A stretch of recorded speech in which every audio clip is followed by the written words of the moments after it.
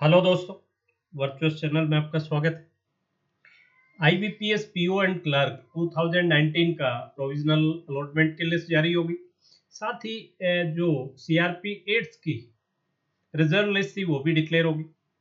तो अब जो भी एस्पिरेंट्स हैं उनके मन में थोड़ा सा ये रहता है कि फाइनेंशियल जो इम्प्लीकेशंस क्या है, क्या हमें फाइनेंशियल बेनिफिट्स यहाँ मिल रहे हैं। तो इसमें जो सैलरी आप देख रहे हैं वो ओबियस है, आपके सैलरी तो इसमें नोटिफिकेशन में भी है, फिर आपके जो ऑफर लेटर आ रहे हैं उनमें भी आपकी क्लियर कट सैलरी दी हुई है, क्या आपकी बेसिक होगी, क्या आपकी सैलरी होगी, राइट। वो थोड़ा सा डिपेंड करेगी आपके प्लेस टू प्लेस और वो, बट मोटा मोटा एक आपको अंदाजा आ जाता है कि मैं ये ढूंढ लूंगा, ये मेरी सैलरी होगी, राइट। लेकिन कुछ ऐसी चीजें हैं जो वहां पता नहीं चलती आपको, वो क्या वहां मिलती हैं, क्या दूसरी सर्विसेज से क्या डिफरेंस है। जैसे एकदम से आपने कंपेयर किया कि यार ये तो तनख्वाह तो बहुत कम है और बहुत ज़्यादा नहीं है, और दूसरी सर्विसेज में बहुत ज़्यादा है, तो यहाँ कुछ बेनिफिट्स ऐसे भी है।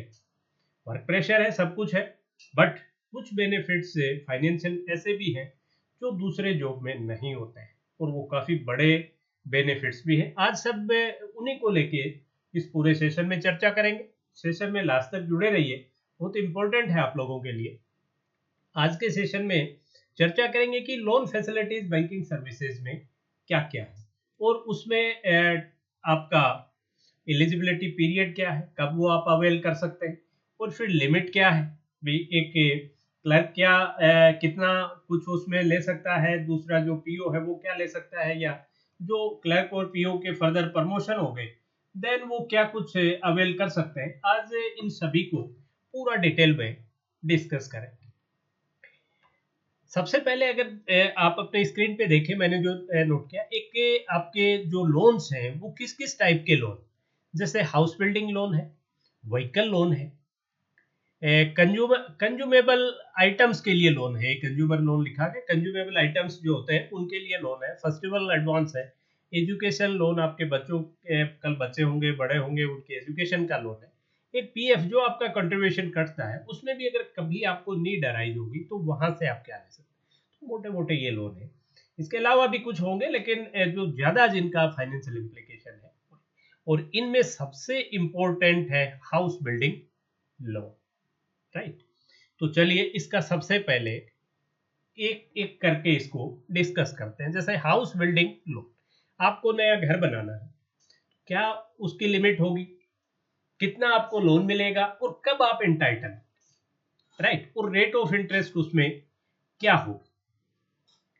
तो अगर इसमें मैं सबसे पहले देखूं कि लिमिट क्या है इसकी, मतलब जो आपकी भाई कितना लोन किसको मिल सकता है, लिमिट ऑफ लोन अमाउंट अगर मैं कहूँ, लिमिट ऑफ लोन अमाउंट, तो लोन अमाउंट की लिमिट इसमें क्या है।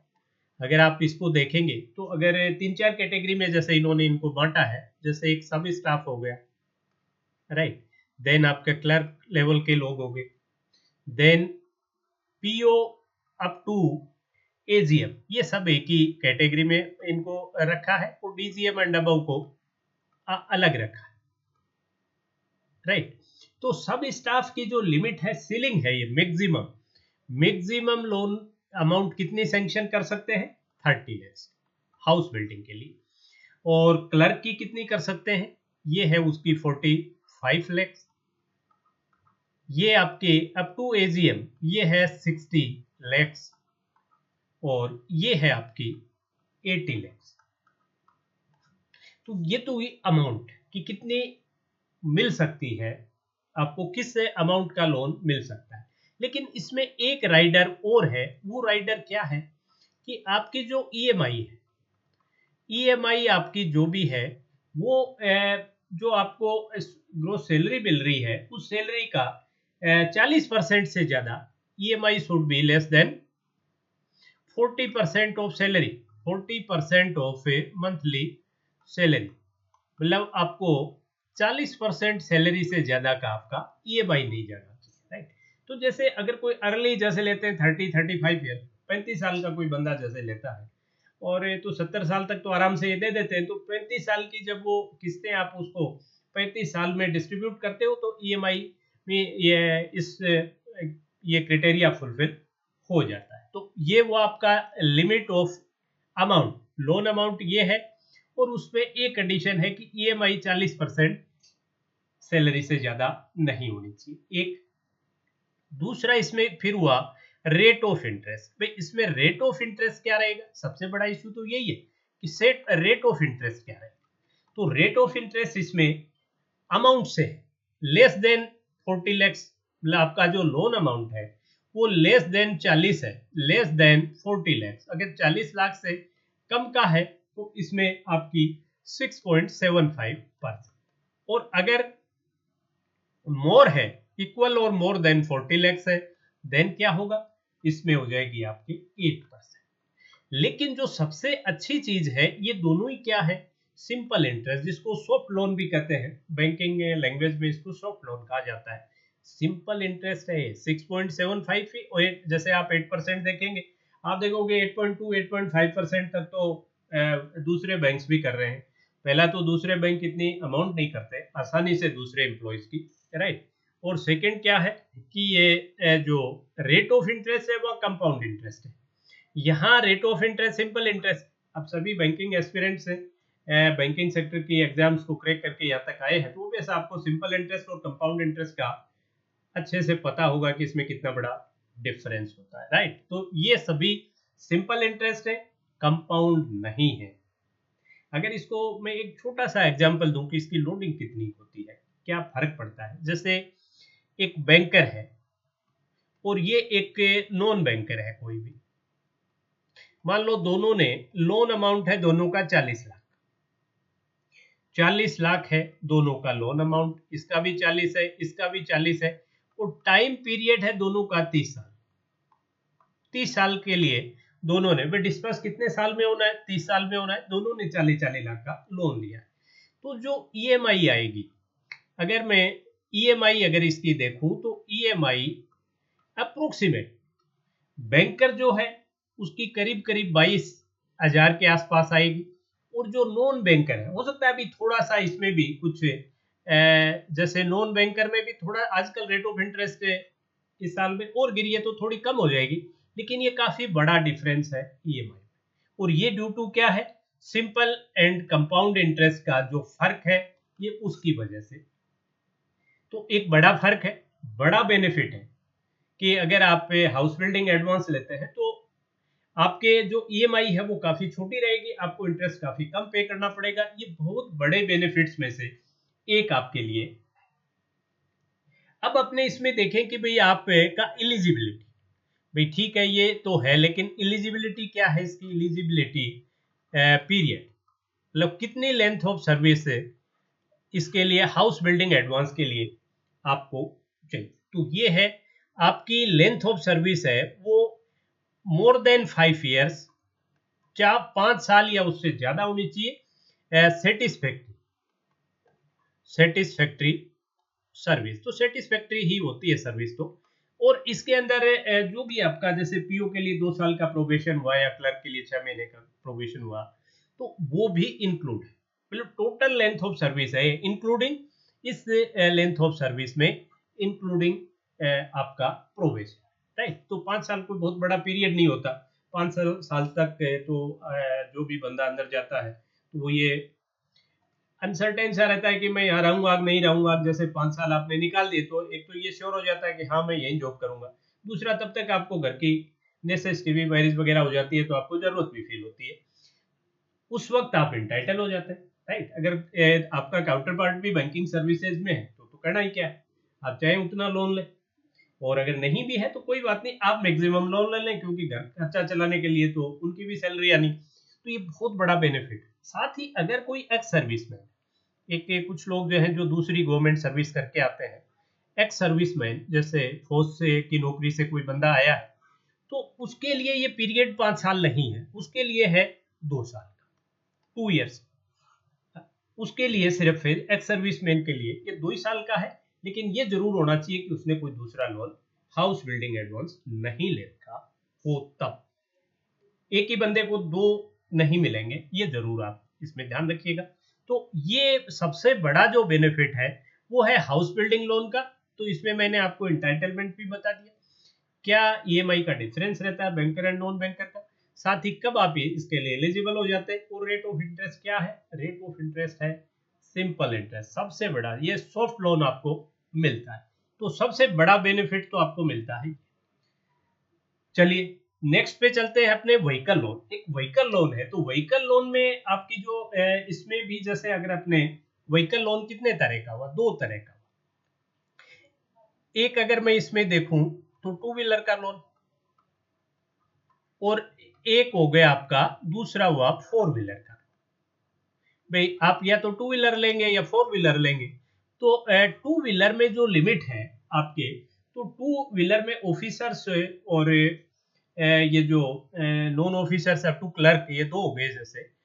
ये पीओ एंड अबव जो है, पीओ एंड अबव को टू व्हीलर के लिए 90,000 का लोन मिलता है, और ये क्लर्क एंड सबॉर्डिनेट स्टाफ जो भी है उनको 75,000 का लोन मिलता है, बशर्ते कि वो उससे ज्यादा, और 10% मार्जिन मनी आपको जमा कराए। तो इसका मतलब ये हुआ 90,000 आपको कब मिलेगा, जब वो व्हीकल 1 लाख का होगा, 10,000 आपको जमा कराने, 90 आपको मिल जाएंगे। उसी तरीके से ही है, राइट, क्योंकि 10% इसमें मार्जिन मनी आपको देनी है।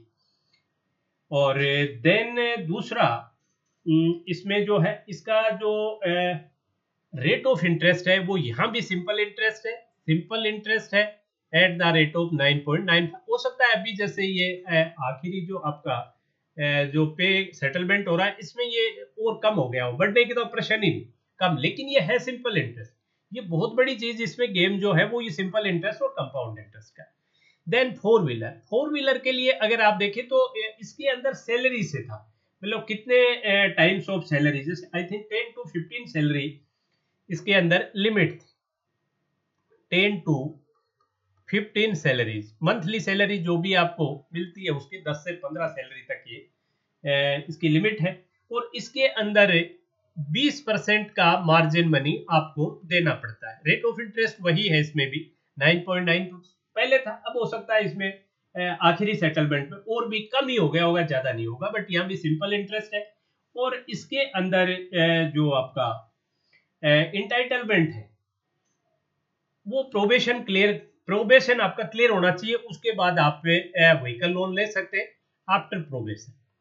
आफ्टर प्रोबेशन पीरियड क्लियर करने के बाद, आफ्टर प्रोबेशन, राइट। और रीपे जो करना होता है, रीपे पीरियड इसका जो है वो 7 ईयर्स, रीपे पीरियड इसका 7 ईयर्स है, और आफ्टर प्रोबेशन आपकी इंटाइटलमेंट है। तो टू व्हीलर फोर व्हीलर में भी आई थिंक पूरा डिटेल आपके पास आ गया होगा मोटा मोटा। इसके अलावा और क्या चीज रहेगी इसमें, आई थिंक और नहीं रहेगी। तीसरा एक देखिए, कंज्यूमेबल आर्टिकल्स का भी लोन मिलता है, जैसे आपको कोई एलसीडी लेनी है, आपको कोई रेफ्रिजरेटर लेना है, आपको कोई फर्नीचर लेना है, जो फ्री में मिलता है वो अलग है। जैसे कुछ फ्री में भी आपको शायद जैसे पीओ है उनको 1 लाख रुपए तक का कि एक बार मिलता है, और वो शायद 5 साल बाद दोबारा मिलता है, और उस पीरियड में फर्नीचर मेंटेनेंस अलाउंस के रूप में भी शायद 8-10 हजार रुपए साल का मिलता है, वो एक अलग है। बट ये मैं लोन की बात कर रहा हूँ, जो फ्री वाली चीजें हैं वो अलग है। तो ये एलसीडी, रेफ्रिजरेटर, फर्नीचर, आपको कोई लैपटॉप ये लेना हो तो इनके लिए भी लोन आपको कंज्यूमेबल आर्टिकल्स के नाम भी लोन मिल जाता है। छोटी फैसिलिटी है, बड़ी नहीं कह सकते आप इसको, लेकिन ये जो भी आपको लोन मिलेगा उन सभी पे क्या होता है, rate of interest simple interest ही होता है। देन आप चले, एक फेस्टिवल एडवांस होता है, जो फेस्टिवल एडवांस होता है ये आपके उस पे आपकी पोस्ट पे डिपेंड करता है कि कितना आपको मिल सकता है। तो फेस्टिवल एडवांस अगर अपने लिमिट देखें तो इसकी मिनिमम फेस्टिवल एडवांस के लिए जो अप्लाई कर सकते हैं वो शायद 8,000 है, और जो मैक्सिमम है, मैक्सिमम फेस्टिवल एडवांस के जैसे अगर अपने देखें सबॉर्डिनेट स्टाफ, क्लर्क और ऑफिसर, मैं अगर इतने इसमें करूं तो सबॉर्डिनेट स्टाफ है इसको मैक्सिमम 15,000 रुपए, क्लर्क को 20,000 रुपए, और ऑफिसर को 25,000 रुपए, राइट। और इसको रीपे जो है वो 12 इंस्टॉलमेंट में करना पड़ता है, रीपे इन 12 इंस्टॉलमेंट। ये 12 है, इनमें कोई वो इंटरेस्ट वगैरह नहीं होता है फेस्टिवल एडवांस का। कोई भी त्योहार के लिए जैसे आपने ले लिया कि भाई बच्चों के कपड़े बनवाने हैं, वो बनवाने हैं, सभी तरह की प्रॉब्लम्स रहती है, तो इसमें ये लिमिट है, उनको 12 किस्तों में आप रीपे कर सकते हैं विदाउट एनी इंटरेस्ट। देन एक एजुकेशन लोन है। एजुकेशन लोन है, इसकी मैंने काफी सर्च की तो इसकी लिमिट तो नहीं है, लेकिन ये डिपेंड किस पे करता है कि आपका जो किड है जिसके लिए आप लेना चाहते हैं वो किस तरह के इंस्टीट्यूट में, अगर जैसे आप किड आपका क्वाइट यंग है एंड 12th और उसके बाद में ले रहे हैं, जैसे उसको कोई आईआईटी कॉलेज मिल गई, एमबीए में जैसे कोई आईआईएम मिल गई, राइट, और इसी तरीके से जैसे मेडिकल में मिल गई, तो उनको 100% तक मिल जाता है, इनको 100% तक मिल जाता है। लेकिन यहाँ भी क्या है, जो रेट ऑफ इंटरेस्ट इनके किड्स के लिए है वो सिंपल इंटरेस्ट। जैसे आज आप एजुकेशन लोन लेते हैं, मिल आपको भी जाता है, लेकिन वहां कंपाउंड इंटरेस्ट, और इनके किड्स के लिए सिंपल इंटरेस्ट है, तो ये भी काफी एजुकेशन लोन की भी काफी बड़ी फैसिलिटी है। देन एक पीएफ लोन है, जैसे कभी भी आपको कोई आपके कोई बच्चा हुआ, उसका कोई फंक्शन करना है, मुंडन करना है, फिर कभी बच्चों की जब और बड़े होंगे तो उनकी ब्याह शादियां करनी है, तो उसके टाइम जैसे आपको पैसे की जरूरत है, तो एक पीएफ में जो आपका कंट्रीब्यूशन है उसमें से आपको लोन मिल जाता है। उसमें दो तरह का लोन मिल जाता है आपको, एक तो रिफंडेबल लोन, रिफंडेबल, और एक मिलता है नॉन रिफंडेबल। एक तो रिफंडेबल तो ऐसा है कि वो हर महीने फिर आपको थोड़ा थोड़ा वापस डिपॉजिट करना पड़ता है, और नॉन रिफंडेबल है, उसको आपको वापस नहीं देना होता। भाई आपने ठीक है, आपका पैसा था, आपने यूज कर लिया और फिर वो खत्म हो गया, मतलब उसमें पे नहीं करना, एक में रीपे करना पड़ता है। तो ये पीएफ लोन की भी एक फैसिलिटी है, जरूरत पड़ जाए। लेकिन इनमें सबसे जो इम्पोर्टेंट है वो आपका है हाउस बिल्डिंग एडवांस लोन, जो है सबसे बड़ा है। फिर आपका व्हीकल लोन भी अच्छा लोन है, क्योंकि उसमें सब में सिंपल इंटरेस्ट है। देन एजुकेशन लोन है, वो भी आपके किड्स के लिए अच्छा है। तो बैंकिंग सर्विसेज में सिर्फ आप सैलरी को देके, सैलरी को देखकर, और आप जो फाइनेंशियल जो पैकेज है उसको दूसरे सर्विसेज से आप कंपेयर नहीं कर सकते, इसमें बेनिफिट दूसरे भी। एक जमाना ऐसा भी था जब बैंकिंग सर्विसेज का टोटल जो फाइनेंशियल पैकेज था वो दूसरी सर्विसेज से 1.5-2 गुना भी था। अब ठीक है, आज थोड़ा बैंकिंग सेक्टर है वो उतने अच्छी पोजीशन में नहीं है, और कुछ इसकी वजह से सैलरी अकॉर्डिंगली नहीं बढ़ पाई। फैसिलिटीज तो हैं बट सैलरीज नहीं बढ़ पाई।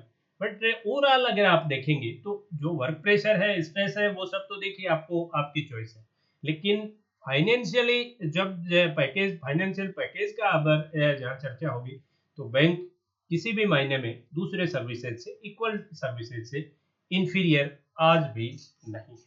तो आई थिंक थोड़ा सा आपको अंदाजा हुआ होगा कि किस तरह के लोन मिलते हैं, और उन लोन्स में सिर्फ क्या फायदे हैं। मतलब लोन तो कहीं भी आजकल मिल जाता है, बैंक के लोन फेयर लगा रहे हैं, आपने बार बार पढ़ा होगा पेपर्स में, मीडिया में कि वो लोन फेयर्स लग रहे हैं और लोगों को लोन बांट रहे हैं, और वो, बट यहाँ के लोन में और बाहर के लोन में डिफरेंस बताने की मैंने आपको पूरी कोशिश की है। आई थिंक ये सेशन आपके लिए हेल्पफुल रहेगा। That's all for today session. Have a great day.